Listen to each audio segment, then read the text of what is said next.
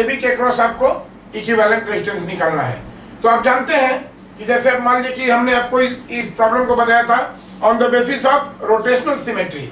Rotational symmetry क्या है, एक बार फिर रिमाइंड करते हैं कि अगर इसके सेंटर पर, अगर इस सेंटर पर सर्किट को 180 डिग्री से रोटेट कर दें तो वैल्यू ऑफ रेसिस्टेंस और रेसिस्टेंस का जो अरेंजमेंट है ये चेंज नहीं होता है, और ऐसे प्रॉब्लम को हम बोलते हैं rotational symmetry.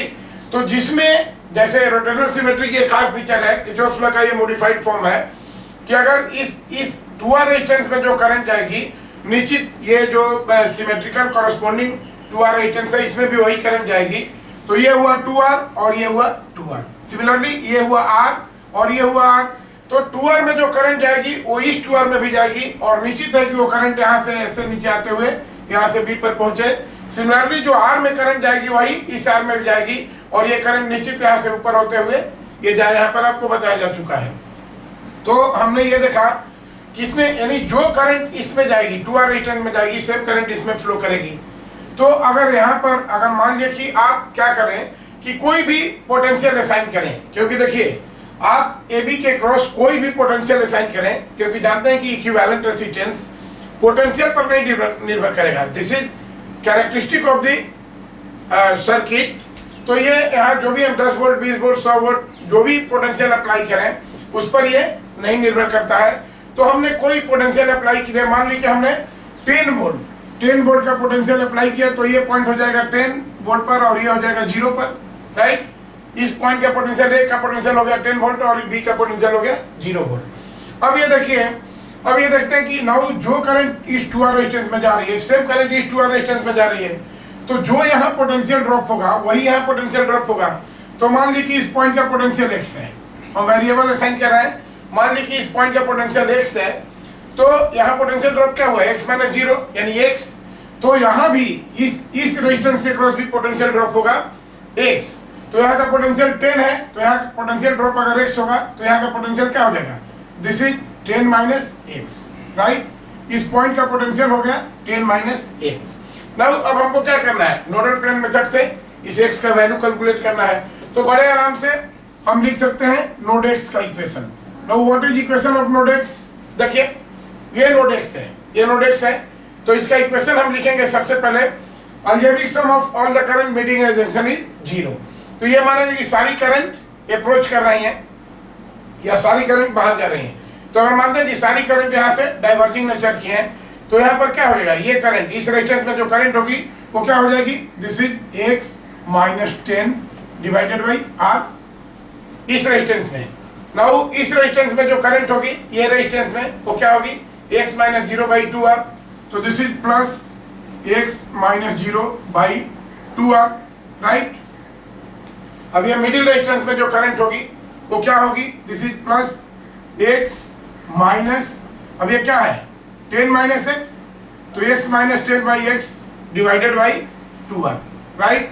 This must be equal to 0, right.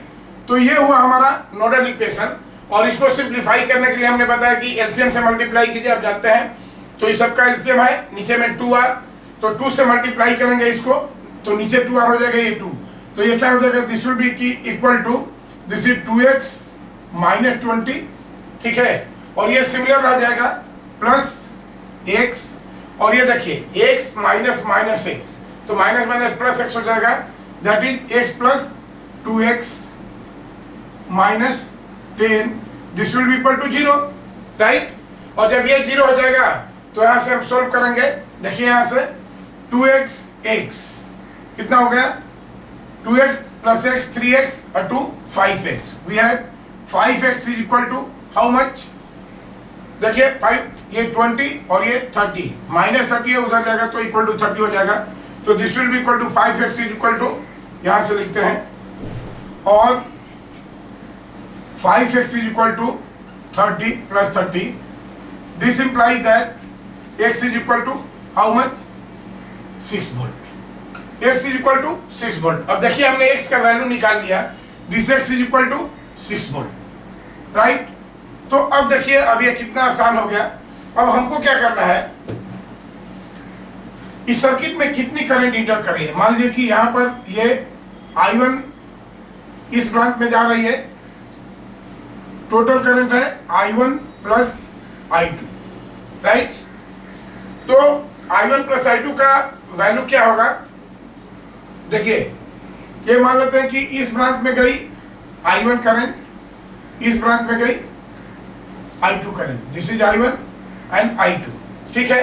तो आप जानते हैं कि यहां पर जाएगी ये I1 और फिर यहां पर ये जाएगी I2। तो सबसे पहले हमको क्या मालूम है? I1 plus I2 into R। तो सबसे पहले I1 प्लस I2 का वैल्यू निकालते हैं। Now what is I1 plus I2? देखिए यहां से ये 6 वोल्ट है I1 का वैल्यू क्या हो जाएगा? देखिए यहां से 10 माइनस 6 बाई R, तो this is 10 minus 6 by R and plus यहां क्या हो जाएगा?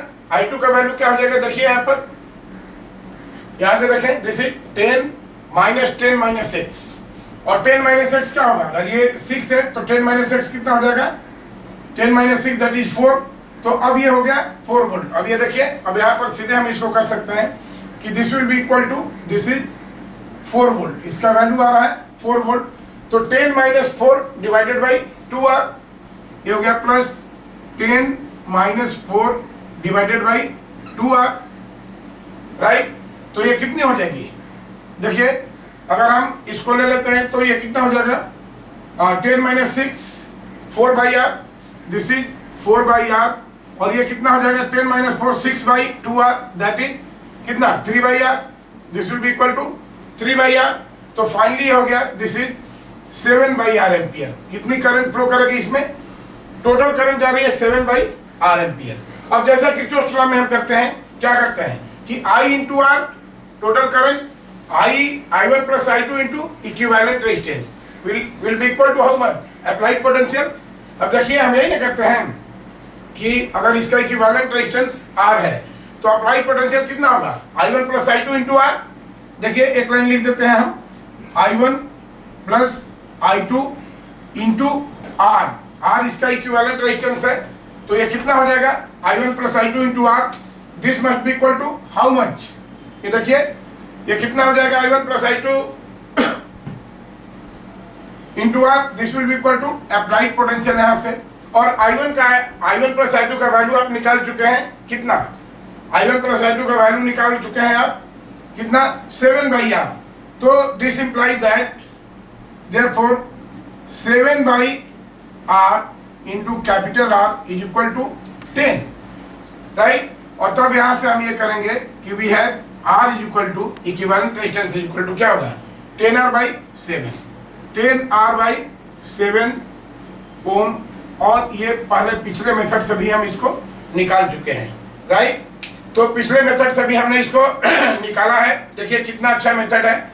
और नोडल प्लेन से सबसे पहले इसमें बहुत ही कम कैलकुलेशन होते हैं, तो इसमें अब हमको मिस्टेक होने की जरूरत नहीं पड़ेगी।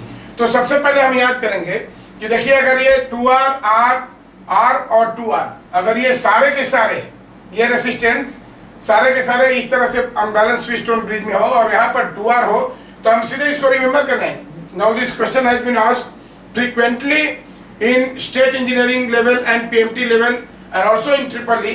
तो R का वैल्यू दिया रहता है और निकालना होता है, तो 10 बाई 7R हम याद करके इसको ही कर लें। तो मैं चाहूंगा कि आप अपने कॉपी के, आप अपने नोटबुक के फर्स्ट पेज पर इस प्रॉब्लम का ये लिख ले प्रॉब्लम, और उसका आंसर लिख ले कितना होता है।